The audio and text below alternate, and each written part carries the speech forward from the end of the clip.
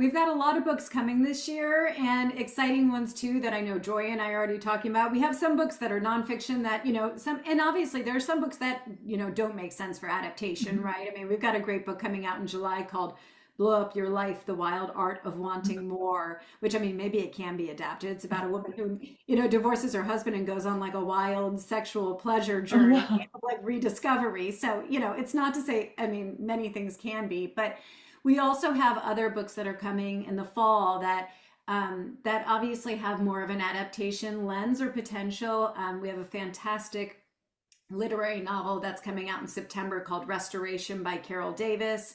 I just got in the pages today. Dave Eggers has already agreed to give a blurb for it. It is a gorgeous novel set in the 1980s. So it kind of has this like really unique period piece and it toggles between San Francisco and rural England. So that's the one that has this real like tone to it. You can already feel it. You can already feel like a gray 1984 day, right? Like it's got that.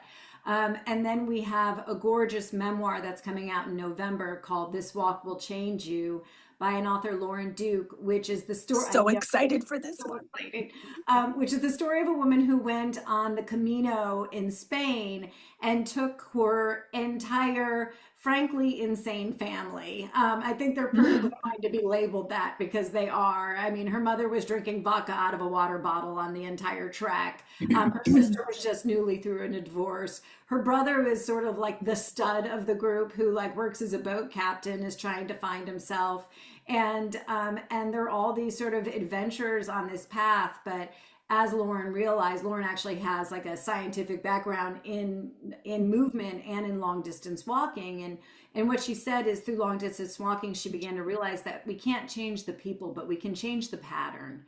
And so it's really about how we can heal as families. And also it's very funny and there's like crazy, they end up getting into like a salami fight at one point, like, like throw salamis at each other from across a restaurant. So it has like all the makings of like great TV or film, but also has this really important story about how it's really easy sometimes to run from our families, especially when there's been a lot of trauma. But there's actually something so important about staying and figuring out how to heal, even when it's with unhealed people. So it's a gorgeous book. We're super excited about it, and we're hoping for it to be our first New York Times bestseller. And I'm not afraid to say that. Like that Think is our goal on that book because it's got such the author is really has a huge community, and it's just such a beautiful book. So.